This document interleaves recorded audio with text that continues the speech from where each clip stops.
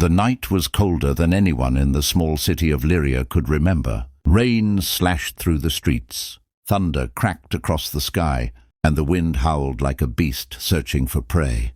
Ethan drove slowly through the downpour, the wipers barely keeping up as sheets of rain blurred his windshield. He was exhausted. His work at the architecture firm had drained him all week, but something in his gut told him not to take the highway that night. He chose the longer route home, through the quiet countryside road that wound like a ribbon through the hills.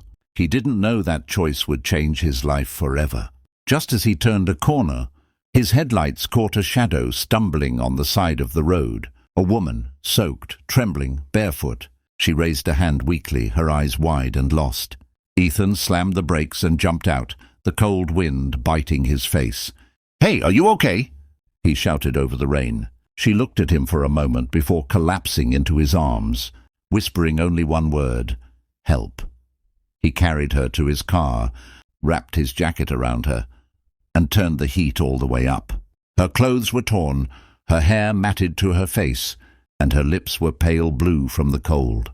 She was breathing, but just barely. Ethan sped toward his cabin outside town, calling for help on his phone, but the storm had knocked the signals out.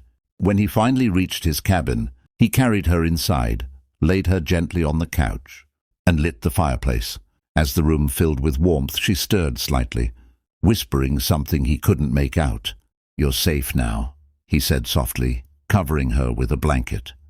"You're going to be okay." For hours, she slept while Ethan sat across from her, watching the fire dance in the dim light. He couldn't stop wondering who she was, what she'd been running from, and why she looked so utterly broken. Sometime near dawn, her breathing steadied, and exhaustion finally pulled him into sleep too, right there beside her on the couch. When the first rays of morning light broke through the curtains, the storm had passed. Birds were singing, the air was crisp, and the world seemed reborn. But when Ethan opened his eyes, he froze. The woman was staring at him, eyes wide open, her face calm but filled with confusion. And then, to his shock, she smiled softly and whispered, "Good morning, husband." For a moment, Ethan thought he was dreaming. "What did you just say?" he asked gently. The woman blinked, tilting her head. "You're my husband." "Aren't you?" she said innocently, her voice fragile and trembling like the first words of a child. Ethan's heart pounded. "No," he said carefully. "I think you're confused. I found you on the road last night, remember? You were freezing. I brought you here." Her brows furrowed, panic flickering across her face. No, that's not right," she said quickly. We were together. We had a home, a garden, a dog." Her voice broke and tears filled her eyes. "Why are you saying these things?" Ethan knelt beside her, gently taking her hand. Hey, calm down," he said softly. "You're safe. You've just had a rough night, maybe hit your head. Let's not worry about anything until you've rested." But her tears wouldn't stop. "You don't remember me?" she whispered, looking lost, terrified, and heartbreakingly fragile. Ethan didn't know what to say. He just shook his head slowly, guilt tightening in his chest for reasons he couldn't explain. She suddenly clutched his shirt and buried her face in his chest, sobbing uncontrollably. "Please don't leave me again," she cried. "Please don't disappear like before." Ethan froze, holding her carefully as if she might shatter in his arms. "I'm not going anywhere," he said quietly. "I promise." For the next few hours he tried to make sense of it all. She didn't remember her name. She didn't remember where she lived. The only thing she seemed certain of was that Ethan was her husband. Whenever he tried to ask about her past, she would panic, holding her head as if something inside her hurt too much to recall. He called the local clinic, but the storm had taken out the power and blocked the roads. He couldn't get her to a hospital until later that day, so he made her breakfast, offered her one of his shirts to wear, and did his best to comfort her. The way she looked at him, like he was her whole world, unsettled him in a way he couldn't explain.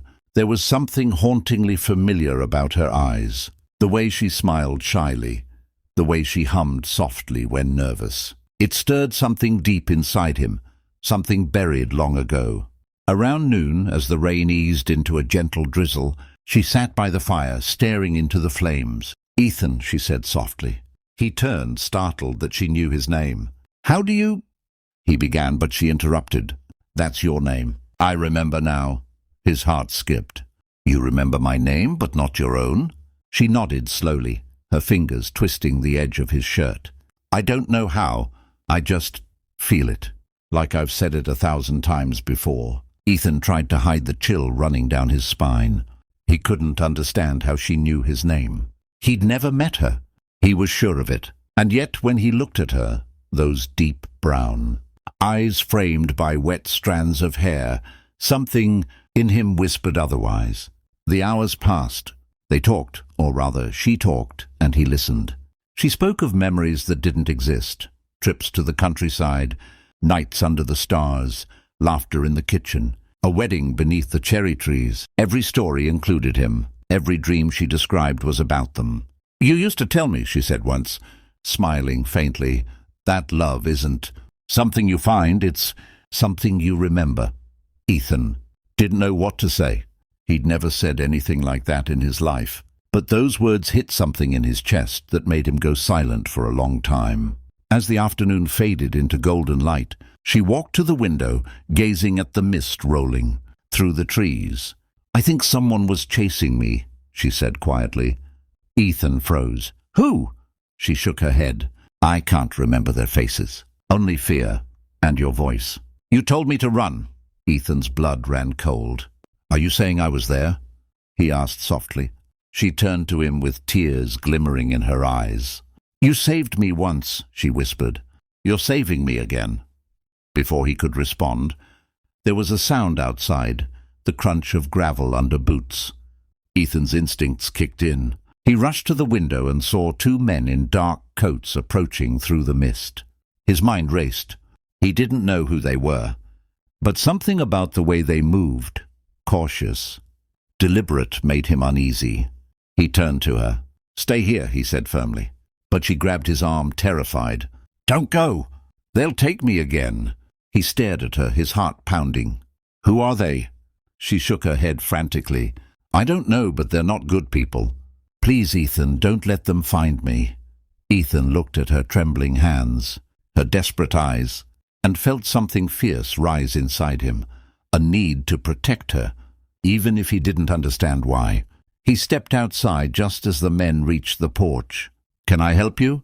he called out, his voice steady despite the storm of questions in his head. One of them, tall and broad-shouldered, lifted his hands. "We're looking for a woman," he said, flashing what looked like a badge. "There's been an accident nearby. Witnesses said she might have come this way." Ethan narrowed his eyes. "She's hurt," he said carefully. "I found her last night. Who are you exactly?" The man exchanged a quick glance with his partner before answering. "Government task force. She's not safe. Neither are you, if you don't hand her over." Ethan's gut twisted. Everything about the man's tone reeked of a lie. "I think I'll wait until she's awake," Ethan said, his hand subtly gripping the doorknob behind him. "And maybe until the police show up." The men stiffened, realizing he wasn't going to cooperate. "Sir," the tall one warned, "you don't understand what she is." Ethan's pulse spiked. "What she is?" he repeated. But before they could answer, a voice echoed from behind him, the woman's voice. "Ethan, come back!" The men lunged. Ethan slammed the door, locked it, and pulled her toward the back exit. "We need to go," he said urgently. "Now." She stumbled after him, clutching his hand. "Where will we go?" she asked. "Anywhere they can't find you." As they ran through the trees, rain soaking their clothes again, Ethan's mind was a blur. Who were those men? Why did they call her dangerous? And why did she believe he was her husband? She stumbled, and he caught her before she fell. For a moment, their eyes met in the pale light filtering through the storm clouds. "I know you," she whispered desperately. "Even if you don't remember me, I know you." Ethan wanted to deny it. An old shed near the edge of the woods, where Ethan often stored tools for his construction work. They hid inside, breathing hard. The air was thick with damp earth and fear. She pressed her forehead against his chest. "They won't stop," she murmured. "They'll keep coming." Ethan cupped her face gently. "Then we'll keep running," he said. "Together." Her lips trembled into a small smile. "That's what you said before." Ethan froze again. "Before what?" She looked up at him, her eyes shining like broken glass. "Before they erased your memory." His blood ran cold. The words didn't make sense, yet somewhere deep in his chest they did, like a half-remembered dream clawing its way back. He wanted to ask more, but distant voices echoed through the woods. The men were closing in. He grabbed her hand again. "Come on." They slipped out the back, running through the trees as the sky turned from grey to black once more. Lightning flashed across the horizon, and for a moment Ethan saw her face illuminated, beautiful, terrified, and full of something achingly familiar. "Who are you?" he whispered breathlessly. She smiled sadly, tears streaming down her face. "Your wife," she said. "The one they made you forget."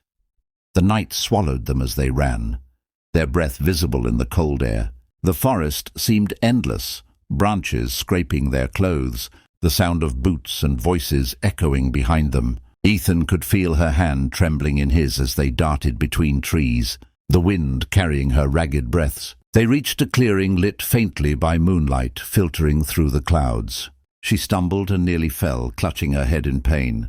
"It's happening again," she gasped, her voice breaking. Ethan caught her and eased her to the ground. "What's happening?" he asked, panic lacing his voice. She looked up at him with eyes wide and glassy, tears streaming down her cheeks. "The memories," she whispered. "They're forcing their way back. But it hurts." Ethan knelt beside her, his fingers brushing against her temple. "Don't fight it," he said gently. "Let them come." She screamed softly, her body arching as flashes filled her mind. A lab, bright lights, doctors shouting, the smell of chemicals and metal, a man yelling her name. "Ethan," then silence. She gasped, clutching his arms. "They took you from me," she said in a trembling voice. "They erased you because we knew too much." Ethan stared at her, trying to make sense of the storm of words. "Knew too much about what?" he asked. She shook her head. "Project H. They said it was a cure, but it was never a cure, and it was control. You were one of them, a scientist, and I was your test subject." Ethan froze. His mind rejected it instantly, but something deep inside him, a buried, dormant part began to stir. Images flickered behind his eyes like pieces of a shattered mirror. A lab coat, a sterile back. "That can't be true." But she nodded, her eyes full of desperate truth. "You risked everything for me. You fell in love with the girl you were supposed to experiment on." The world tilted. His memories flashed in rapid bursts, nights sneaking out of the facility. The first time she smiled, the promise he made to run away with her. "I told you we'd be free," he whispered unconsciously, the words slipping from somewhere deep within. She reached up, her trembling fingers touching his cheek. "And you meant it. You took me away from them, but they caught us. They took you, wiped your memory clean, and left me with nothing but fragments." Lightning cracked overhead, and Ethan fell to his knees, breath shaking. Everything made horrible, beautiful sense now. Her voice calling him husband, her knowing his name, her fear of those men. It was all real. He wasn't a stranger saving a lost woman. He was her lost world rediscovering her. "How did you find me again?" he asked softly. She smiled through her tears. "They tried to keep me locked away, but I escaped. I searched every city, every face, every name, until I saw you on a TV interview last month. You'd built a new life. You didn't remember me, but I remembered you. I came to find you, but they came too." Ethan's throat tightened. "That's why you were on the road," she nodded.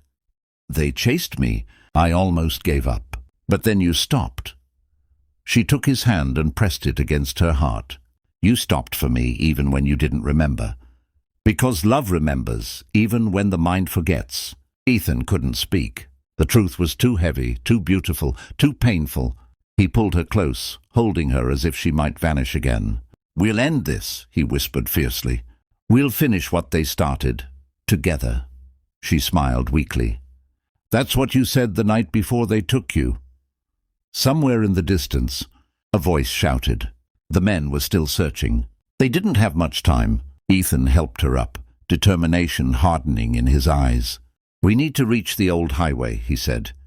There's an abandoned tunnel that leads to the river. We can lose them there. They moved quickly through the forest, guided by faint moonlight and memory. The sound of rushing water grew louder as they reached the tunnel entrance. A dark, concrete mouth hidden by overgrown vines. This way, Ethan urged. Inside, the tunnel smelled of damp stone and old echoes. Their footsteps splashed through shallow puddles. She stumbled again, weaker now. Ethan, I can't. He turned and lifted her gently in his arms. You once carried my heart, he said softly. Now it's my turn to carry you. She smiled faintly against his chest. That line, she whispered. You used to say that before we fell asleep. They reached the end of the tunnel, where the moonlight spilled across the riverbank. But just as they stepped out, headlights cut through the darkness. The men had found them. There! One shouted. Bullets tore through the air, sparking against the concrete walls. Ethan ducked behind a rock, shielding her with his body. They'll kill us, she said, tears streaming. Not if I can help it, Ethan growled. But then one of the men called out, Ethan, think about what you're doing. You don't know what she really is. Ethan's pulse thundered. What do you mean? He shouted back. The man stepped forward, his gun steady. She's not human. Ethan, she's an experiment. The prototype from Project H, the first human with artificial memory implants. She doesn't even know what's real anymore. The words hung in, the air like a curse. Ethan turned to her. She looked terrified, confused. Is it true? He whispered. Her lips trembled. I don't know, maybe. They told me I wasn't human. But when I looked at you, I felt human. When you held me, I was human. Ethan's heart broke. He didn't care what she was. Flesh, machine, or miracle, she was his. You love me, he said firmly. That's all that matters. She nodded, sobbing. Always. Ethan turned back toward the men. You'll have to go through me, he shouted. I won't let you take her. The man sighed, raising his gun. Then I'm sorry. The gun fired, a deafening echo across the river. Ethan braced, but she moved faster, stepping in front of him. The bullet hit her shoulder. She fell into his arms, gasping. No! Ethan cried, clutching her as blood soaked her shirt. Stay with me, please. She smiled weakly. It's okay, she whispered. They can take memories, but not love. Ethan's vision blurred with tears. Don't say that. We're going to make it. He pressed his hand against her wound, desperate. I'll get you out of this. She reached up and touched his face one last time. You already did, she breathed. You found me again. Her hand fell limp. Ethan's scream tore through the night. The men hesitated, lowering their weapons, but Ethan wasn't done. He carried her to the river's edge, his heart shattering with every step. You said love remembers, he whispered, tears falling onto her still face. Then I'll remember for both of us. He laid her gently in the shallow water, the current swirling around her like silver ribbons. The men approached slowly, one of them whispering into a radio. She's gone, he said. The system's offline. But Ethan wasn't listening. He stared at her face, peaceful under the moonlight, and something inside him broke open completely. Memories flooded back. Their first kiss in the lab, the night they ran away, her laughter under the cherry trees. Every forgotten moment came rushing back like a dam bursting. I remember, he whispered. I remember everything. His tears mixed with the rain as he pressed his forehead against hers. You called me husband, he said softly, and you were my wife. You always were. When the authorities finally arrived hours later, they found Ethan alone by the riverbank, holding she'd worn around her neck, a heart-shaped locket that opened to reveal a tiny chip, glowing faintly blue. He stared at it, realizing it was her memory core, the last piece of her. He closed it in his fist. You'll live on, he whispered. Days later he disappeared. No one knew where he went. Not his co-workers, not the police, not the project agents. But rumors spread of a man traveling across the country, carrying a small locket, searching for a way to bring someone back. Months passed. Then one morning in a quiet coastal town, a young woman walked into a small cafe. Her eyes were familiar, warm, and full of life. She ordered coffee, sat by the window, and watched the sunrise. A man entered moments later, tired, rugged, carrying a pendant on a chain. Their eyes met. For a long moment, neither spoke. Then she smiled. "Ethan," she said softly. His breath caught in his throat. "You remember me?" Her eyes shimmered with tears. "How could I forget my husband?" He dropped the pendant, rushing to her side, and she fell into his arms just as she had that first night. Trembling. "Alive, real. It's really you," he whispered, his voice breaking. She nodded, touching his cheek. "You found me again." He laughed through his tears. "I'll find you in every life," he said. "In every storm." Outside, the morning light grew brighter, casting gold across the ocean. Their silhouettes, tangled together, glowed against the rising sun. Two souls that defied memory, death and time itself. And as their story closed, the world seemed to whisper, "True love doesn't need to be remembered. It only needs to be felt."